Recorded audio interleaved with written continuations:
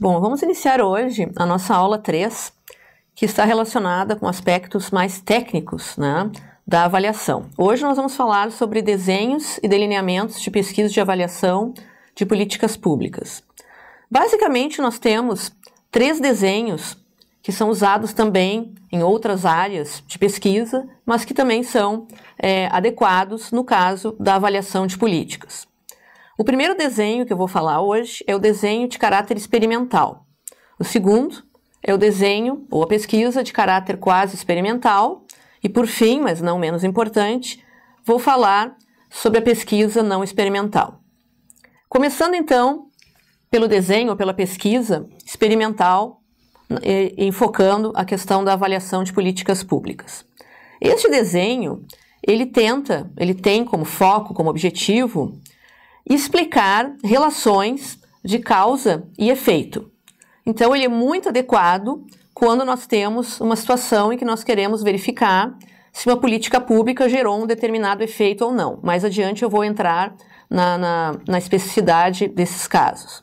Então, o experimento, ele é um desenho de pesquisa muito usado em áreas que não a nossa, né? Na área de ciências sociais, ciência política, economia, administração. Ele é mais usado na área de ciências naturais, os experimentos, porque ele diz respeito a uma situação artificial, em que o investigador, o pesquisador, ele vai então, como eu dei o exemplo antes, principalmente na área das ciências naturais, né, criar uma situação de laboratório, uma situação artificial.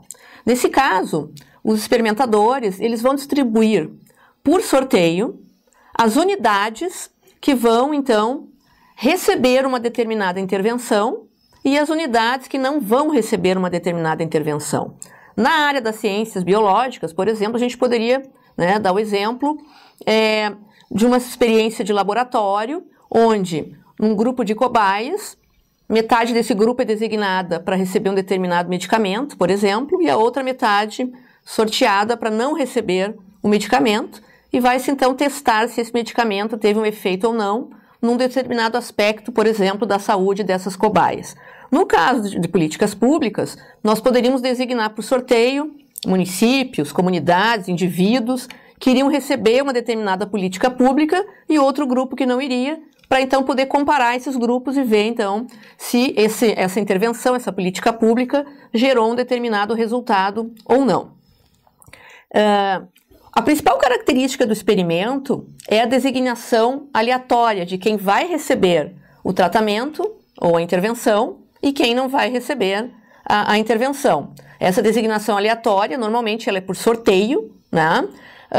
E nós temos que ter alguns cuidados, porque esses elementos que vão ser sorteados, tanto para receber a intervenção e aqueles que não vão receber a intervenção, eles devem ser muito parecidos, devem ser comparáveis, né? E a única coisa que tem diferente entre eles é que um participa e o outro não participa, por exemplo, de uma determinada política ou um determinado programa. Esse tipo de desenho, ele é um desenho que não é muito usado na nossa área de ciências sociais, ciências humanas, por uma série de questões, né? Porque aquele grupo que recebeu intervenção, que é chamado de grupo experimental ou grupo tratamento, e aquele que não recebeu intervenção, que é chamado de grupo controle, né, que não vai ser submetido a nada, mas vai ser acompanhado junto com o grupo tratamento, muitas vezes eu não posso fazer esse sorteio por uma questão ética, por exemplo. Eu não posso submeter um grupo de pessoas a usar uma droga e o outro não, né? Uma coisa óbvia, né? Então, esse tipo de desenho experimental, né, ele é eticamente questionável nas áreas como a nossa, de ciências sociais, políticas públicas, porque muitas vezes não é ético, né, nós atribuirmos um tratamento a um grupo e a outro não. Outras vezes tem um custo até político, né, como que um gestor vai, então, beneficiar uma comunidade e outra não, para realizar um experimento, né? Então, tem essa questão do custo político, por exemplo, né? Então, na nossa área, os experimentos não são tão comuns quanto nas áreas das ciências, por exemplo, biológicas, né? Existem raros casos, né, de experimentos que foram usados na área de políticas públicas. O caso mais emblemático, que é um case, até eu diria, é o programa Oportunidades, na década de 90, ele surgiu no México, com dinheiro do Banco Mundial, e que ele foi, então, primeiramente, no seu formato piloto, ele foi um experimento. As comunidades rurais pobres foram sorteadas e algumas, então, participaram do programa e outras não, e se testou, então, se aquelas comunidades, elas tinham melhorado nos indicadores de pobreza, aquelas que participaram do programa em comparação àquelas que não participaram, né? Uma outra característica do experimento, agora lembrei de falar, é que eu preciso da informação sobre essas unidades, nesse exemplo do México, das comunidades, antes e depois da intervenção ser aplicada. Que aí eu comparo, então, né, a situação no tempo 1, antes da intervenção, e no tempo 2, depois da intervenção. Né? E aí tem, então, o grupo tratamento e o grupo controle. Esse exemplo que eu dei agora, do caso do México, é um dos raros casos na área de políticas públicas em que houve, então, a aplicação de um desenho experimental. O segundo tipo que nós vamos ver na aula de hoje são as pesquisas ou desenhos quase experimentais.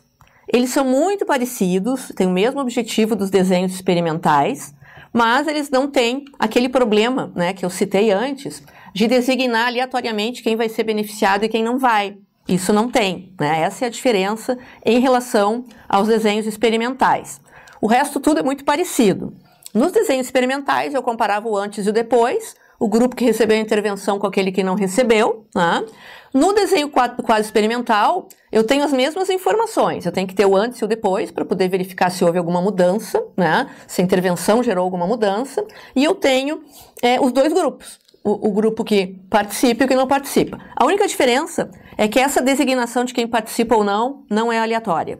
Essa é uma diferença, né? Então, é tudo muito parecido com o experimento, mas não há uma designação aleatória de quem vai ser beneficiário e quem não vai, né? E aí nós teríamos muitos exemplos, né? Por exemplo, o Bolsa Família no Brasil não é aleatório. Existe um ponto de corte em que famílias que estão até esse ponto de corte, em termos de renda familiar, são elegíveis de participar do Bolsa Família e outros que não participam, certo? Então eu tenho participantes e não participantes a partir de um ponto de corte que está definido no próprio desenho da política do programa Bolsa Família. Eu posso comparar também, né, qual era a situação dessas famílias antes de participar, qual é a situação depois, e assim então avaliar se o programa, a política, o projeto, a intervenção gerou alguma mudança ou não. Claro que na hora de eu verificar se essa intervenção gerou alguma mudança ou não, eu tenho que ter muito cuidado, porque as unidades elas têm que ser muito parecidas. No desenho experimental está tudo controlado, no laboratório, lá as cobaias, né? Na mesma situação, vivenciando as mesmas experiências. No mundo real, nas ciências sociais, na área de avaliação de políticas, não é bem assim, né? Por exemplo, se eu tiver uma política pública em que a participação ela é voluntária, né? Um programa em nível municipal em que os gestores, os prefeitos decidem se querem participar ou não, né? Aí eu vou ter um conjunto de municípios que participa e um conjunto de municípios que não participa. Não é por sorteio, é por decisão dos gestores, dos administradores públicos, a decisão de participar ou não. Nesse caso, quem participa e quem não participa, provavelmente vai incorporar unidades, no nosso exemplo, municípios, que não são comparáveis, né? São municípios muito diferentes. E aí eu vou ter um problema na hora de avaliar os resultados, né? Ou alguns indicadores, né, que essa política visa atingir antes e depois. Para isso, então, como eu não tenho mais um desenho aleatório que garante essa comparabilidade, eu vou ter que usar alguns recursos, principalmente estatísticos, né, em que eu tenha, para cada município que participa da política, um município que não participa da política, mas que é muito semelhante a ele. Aí eu posso comparar, e se houve alguma mudança nos que participaram, né, se espera que seja uma mudança positiva, essa mudança pode ser atribuída, então, a esta política, a esse programa ou a este projeto. Existem várias situações, então, em que é possível usar o desenho quase experimental. No caso do Bolsa Família, que eu falei antes, né, ele foi avaliado, ele teve 2 grandes rodadas de avaliação feita pelo antigo Ministério do Desenvolvimento Social, em que se usou, né, para poder comparar famílias que participavam e que não participavam do programa, se usou a seguinte estratégia. Existe o cadastro único, né, onde as famílias estão cadastradas, algumas são elegíveis para participar e participaram do programa, e outras que não participaram do programa, mas que são quase muito parecidas em termos de renda e por centavos não entraram como beneficiárias. E aí, então, tentou-se parear, né? O nome da técnica é pareamento, inclusive, né? Uma técnica estatística. Se pareou aquelas famílias que participaram, se buscou famílias, então, nesse cadastro, muito parecidas, quase iguais, mas que por pouco, né? Por centavos, não entraram, né? Não foram elegíveis para entrar no programa. E aí se pôde comparar, então, alguns indicadores, né? No caso do Bolsa Família, a questão da vacinação das crianças, a frequência na escola e o mais importante, que é o que o programa visa atingir, a questão da renda, né? Porque o programa Bolsa Família é um programa de redistribuição de renda. Então, essas avaliações do programa, elas então conseguiram realizar, né, colocar em prática um desenho, né, de pesquisa que a gente chama de quase experimental. Tá? Então foram bem sucedidas porque tinham esse rigor na metodologia, tinham as informações antes e depois e a comparabilidade dos grupos, que participou da política e que não participou, com esse desenho então quase experimental, não é? Já na pesquisa não experimental, não existe o objetivo de estabelecermos essa relação de causa e efeito, como a gente viu nos modelos, então, nos desenhos experimental e quase experimental. No desenho não experimental, a ideia é muito mais descrever uma dada realidade, né, ao nível de um diagnóstico, por exemplo, no caso das políticas públicas, como um determinado fenômeno, uma comunidade, um município, indicadores relacionados a indivíduos, como eles se manifestam, bem no nível, então, descritivo. Esse tipo de desenho, então, ele visa descrever um determinado fenômeno. Ele é muito usado na área de avaliação quando nós então, vamos descrever diagnóstico de uma dada situação para pensarmos em desenhos de políticas, para descrevermos o andamento da implementação de uma política na área de avaliação mais de implementação, né? Ele visa, então, descrever e não levantar elos de causa e efeito. Alguns exemplos que nós temos desse tipo de desenho não experimental são os levantamentos, muito comuns, a gente faz muito antes de implementar uma política, para poder comparar o antes e o depois, as enquetes, ou então o que a gente na literatura de metodologia chama de surveys, né? Pesquisas de mercado, pesquisas eleitorais, por exemplo, algumas pesquisas de cunho mais qualitativo, como por exemplo observação participante, etnografias, grupos focais. Eu vou falar mais adiante sobre essas técnicas, né? Que não visam, então, levantar relações de impacto, causa ou efeito, mas que vão descrever uma realidade.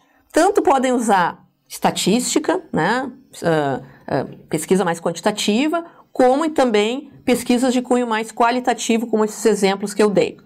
Em termos de pesquisas mais concretas, que já aconteceram, né, no caso brasileiro, na área de políticas públicas, eu vou citar alguns exemplos, como, por exemplo, o levantamento sobre os beneficiários do Programa de Erradicação do Trabalho Infantil, que foi feito pelo Ministério do Desenvolvimento Social. Ele fez um levantamento do perfil desses beneficiários para descrever quais eram as condições em que eles estavam vivendo e depois também comparar, né, se essas condições haviam mudado ou não, né? Mas o desenho não experimental é muito mais, então, descritivo. Um outro exemplo, né? Duas pesquisas feitas pelo Ministério do Desenvolvimento Social, junto com o IBGE, sobre a rede de assistência social no Brasil. A intenção era subsidiar o investimento e o planejamento da implementação e gestão do Sistema Único de Assistência Social. Então, novamente, descritivo. Era uma avaliação mais descritiva que visava identificar como estava a estrutura e organização de conselhos, associações que prestavam serviços na área de assistência social para os municípios brasileiros. Um outro e último exemplo na área desse desenho não experimental também foi feito pelo Ministério do Desenvolvimento Social e que tentou levantar, né, as percepções da população em relação às condições de acesso a alimentos suficientes e de qualidade. Foi feito um levantamento que foi realizado junto pelo IBGE, né, através da Pesquisa Nacional de Amostras de Domicílios, onde então se descreveu sobre essas percepções da população. Então, descritivo e não experimental. Agora, então, tentando fazer uma ligação entre esses três desenhos, o experimental, o quase experimental e o não experimental, né, nós podemos pensar, né, em três níveis diferentes de desenho de pesquisa na área de avaliação de políticas. Um mais exploratório, que seria mais descritivo e não experimental, que é aquele que está no nível dos diagnósticos, né? Antes de implementarmos, ou mesmo antes de formularmos uma política, né? Uma descrição mais exploratória, digamos assim, sobre o estado da arte de um determinado fenômeno. Um outro nível é o nível descritivo, né? Que entra nesse último que eu falei, que é não experimental, que visa, então, descrever características de uma determinada população, determinado fenômeno, né, uma determinada comunidade, para poder, então, entender como as coisas são e como elas se manifestam. Né? Um terceiro nível e último nível seria, então, o nível explicativo, né, que tem a ver com o desenho experimental e quase experimental, que aí entra na definição de causa e efeito. Né? O nível, tanto o nível exploratório, quanto o nível descritivo, quanto o nível explicativo, esses três níveis, eles podem usar, no caso do experimental e do explicativo, deve usar, né, técnicas mais quantitativas, usar estatística. Né? Já o nível exploratório e o nível mais descritivo, tanto pode usar técnicas quantitativas, né, uma tabela de frequência, lidar com médias, comparações de médias, né, análises mais complexas também, quanto umas análises mais qualitativas a partir de técnicas como, por exemplo, observação participante, ir numa comunidade, observar, aplicar entrevistas, por exemplo, fazer grupos focais, né? Então, o nível exploratório e descritivo tanto pode usar estatística como pode não usar. Já o nível explicativo, quando nós queremos inferir uma relação causal, nós temos que usar a estatística, não podemos nos livrar, né, de técnicas estatísticas para poder estabelecer, então, relações de causa e efeito. Nas pesquisas e nos desenhos, então, que não são experimentais, nós não estamos preocupados com essa relação de causa e efeito, mas nós podemos falar em causas, né? Nós podemos apontar causas. Por exemplo, eu posso fazer uma pesquisa na área de implementação de uma determinada política, uma avaliação de implementação, né, ou de processo, que a gente chama, tentando conversar com os beneficiários para que eles possam nos apontar, né, se uma determinada política ela está sendo bem implementada, qual é a avaliação que eles fazem disso, e se eles podem apontar possíveis causas e motivos pelos quais uma política não está andando como ela deveria andar, não está sendo implementada como ela deveria estar. Então também é possível, né, falar em causas, mas num nível diferente do que nós podemos falar quando nós estamos lidando com técnicas estatísticas e metodologia quantitativa. A metodologia quantitativa permite, por exemplo, dizer, né, em que medida uma intervenção, uma política, ela gera algum impacto e qual é esse impacto, né? Qual é esse impacto, né? Aumentou a renda? Em quanto? Qual a diferença da renda entre quem recebe, quem participa e não participa da política? Isso tudo é com estatística. Com a pesquisa mais qualitativa, eu não consigo mensurar e dimensionar esse impacto, mas eu consigo entender, né, por que uma determinada política deu certo, não deu certo, né? Elas se complementam, né? Eu posso, por exemplo, fazer uma análise de caráter quase experimental e dizer que uma política não funcionou, não causou o impacto esperado. Aí eu vou para a realidade, vou para campo, né? Conversar com os gestores, os implementadores, os beneficiários, para tentar entender, então, através de conversas, entrevistas, grupos focais, por que aquela intervenção não funcionou. Aí eu tenho que optar, e devo optar, por uma análise de caráter mais qualitativo. Essas pesquisas, então, de caráter explicativo, de caráter descritivo, elas se complementam. Elas não é uma escolha, não, eu vou fazer uma ou outra. Elas se complementam. Na área de avaliação de políticas, nós acabamos tendo que usar, né, se a gente quer dar conta de todo o ciclo da política, desde a sua formulação, a sua implementação, até a última fase depois que ela já foi implementada, se eu quero entender esses diferentes momentos do ciclo, a partir de pesquisas de avaliação, eu tenho que usar, né, esses três desenhos, né? Tanto o desenho, essas três dimensões, tanto a dimensão mais explicativa ou exploratória, quanto a dimensão mais descritiva, usando técnicas tanto qualitativas quanto quantitativas. É um complemento, né? Então, para resumir o que nós vimos até agora, né, eu vou apresentar para vocês um quadro resumo, com essas classificações das pesquisas que eu expliquei para vocês até agora, tentando fazer um fechamento, né, desses três níveis e desses três desenhos que nós mencionamos até agora. Como vocês podem verificar no quadro que nós estamos projetando aqui, de acordo com o tipo, né, o nível de pesquisa, o objetivo que eu tenho com a pesquisa, né, se ela for mais exploratória, o desenho não é experimental, né? É um desenho mais descritivo, não experimental, em que normalmente eu tenho a informação num momento no tempo, né? É aquilo que a gente chama de recorte transversal. Eu tenho um momento no tempo em que eu vou fazer um diagnóstico de como as coisas estão.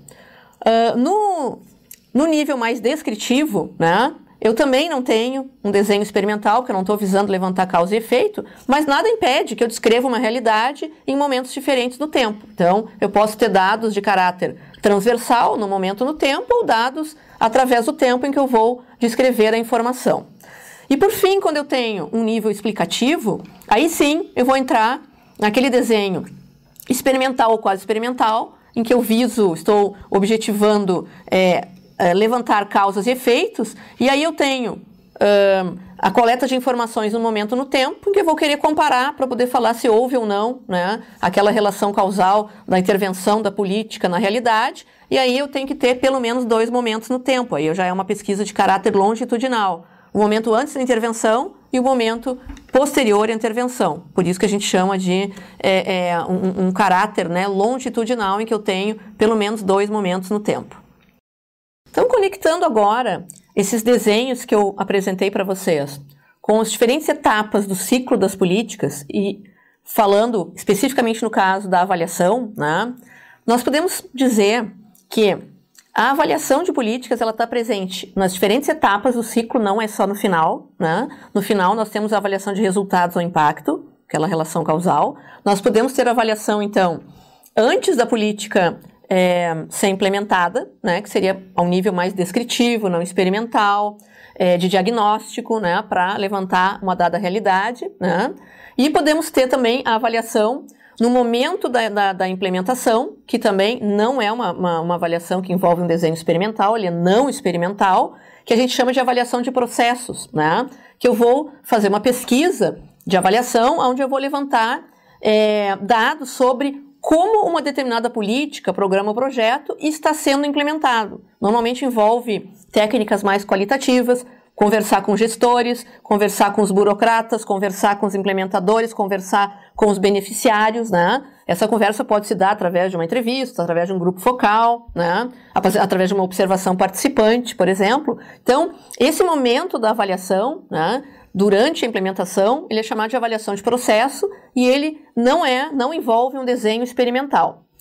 Na última fase do ciclo, quando a política já foi implementada, aí sim eu tenho as famosas avaliações de impacto, né? Que daí sim eu tenho que ter um desenho de caráter experimental ou, né, o que é mais usado, quase experimental, onde eu quero levantar uma relação de causa e efeito para verificar se aquela intervenção, aquela política gerou um determinado resultado ou não, né? Então, essa última parte do ciclo das políticas, que aí entra a avaliação de resultados ou de impacto, ela exige que a política já tenha sido implementada, para eu poder dizer se ela gerou algum resultado ou não. Agora eu vou mostrar para vocês aqui, então, um quadro, né, onde eu sistematizo essas informações que nós vimos até agora sobre desenho de pesquisa, nível de pesquisa, né, e onde entra e como entra a avaliação de políticas. Então, na primeira coluna, vocês podem verificar o tipo de pesquisa, né, onde nós temos ali na primeira célula do quadro, as pesquisas de avaliação diagnóstica, que são aquelas que acontecem antes da política ser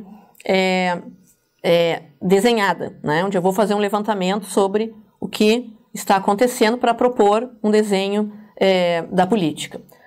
O desenho dessa investigação, desse tipo de pesquisa, é não experimental, porque ele não visa levantar relações causais, ele tem, então, um nível muito mais descritivo do que explicativo. Eu vou descrever uma determinada realidade, né? Esse tipo de pesquisa também é chamado de pesquisa de linha de base, porque ele acontece muito antes da intervenção ser implementada, da política ser implementada. Então, o tempo em que se dá a avaliação diagnóstica é antes da intervenção, antes da implementação. Tanto podemos usar dados qualitativos, informações mais qualitativas, quanto também indicadores estatísticos sobre uma determinada realidade. Na segunda linha, né, do quadro, nós temos a pesquisa de avaliação de implementação, que também é não experimental, porque ainda não está levantando causalidade, tem um caráter descritivo e acontece durante o processo de aplicação da intervenção, da política, do programa, do projeto, no período em que ela está sendo, então, colocada em prática.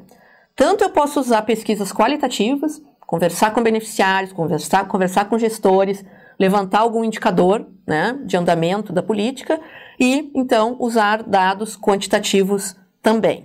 Na última linha desse quadro, nós temos a pesquisa de avaliação de impacto, que vai ocorrer, né, após a intervenção, após a implementação. Ela só pode ocorrer após, né? E ela tem, então, um caráter experimental ou quase experimental, porque visa levantar relação de causalidade. Essa intervenção gerou esse efeito ou não? Quais efeitos ela gerou? E ela tem, portanto, um caráter explicativo. E nesse caso, nós temos a obrigatoriedade de usarmos dados estatísticos, quantitativos e análises estatísticas. Não quer dizer que eu não possa usar, por exemplo, depoimentos, entrevistas sobre o resultado de uma política. Mas se eu quero levantar objetivamente, né, a informação de causa e efeito, se aquela intervenção gerou um determinado efeito, não é suficiente conversar com beneficiários. Um beneficiário pode dizer que uma política está sendo aplicada de forma correta, andando tudo bem, né, ou foi aplicada de forma correta, e eu fazer uma análise estatística e me mostrar que ela não gerou impacto algum. O contrário também é verdadeiro, né? Eu posso conversar com beneficiários, eles fazerem uma avaliação péssima daquela política e objetivamente ela ter gerado um determinado impacto. Sobre esse caso eu vou dar um exemplo que eu gosto de usar nas minhas aulas do Minha Casa Minha Vida. A gente sabe que objetivamente ele reduziu o déficit habitacional no Brasil. É um dado estatístico objetivo. E a gente sabe que os beneficiários têm muitas críticas sobre a implementação e sobre a maneira com que a política foi implementada, em relação ao formato das casas, ao local de moradia. Então, nós temos avaliações dos beneficiários, que não necessariamente são positivas, mas objetivamente, em termos de redução do déficit, a política conseguiu reduzir o déficit. Então, para vocês entenderem, né, esses níveis que eu estou falando aqui, né? Uma coisa é conversar com beneficiários, saber qual é a avaliação do beneficiário. A outra coisa é levantar indicadores objetivos e verificar o antes e o depois e se aquela mudança foi gerada pela intervenção ou não. Essa que é a grande diferença. Por último, eu gostaria de mostrar um resumo, né, relacionado com o ciclo das políticas a partir de um gráfico construído pelo professor Januzzi.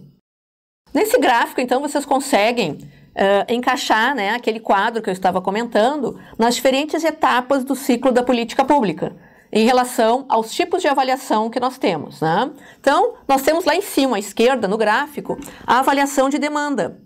Esse tipo de avaliação, que é muito mais uma pesquisa descritiva, uma pesquisa de diagnóstico, ele acontece antes da política ser desenhada. É para levantar, então, possíveis demandas e pensar nas diferentes áreas setoriais das políticas públicas, como a política vai ser desenhada e que aspectos da realidade ela deve atingir.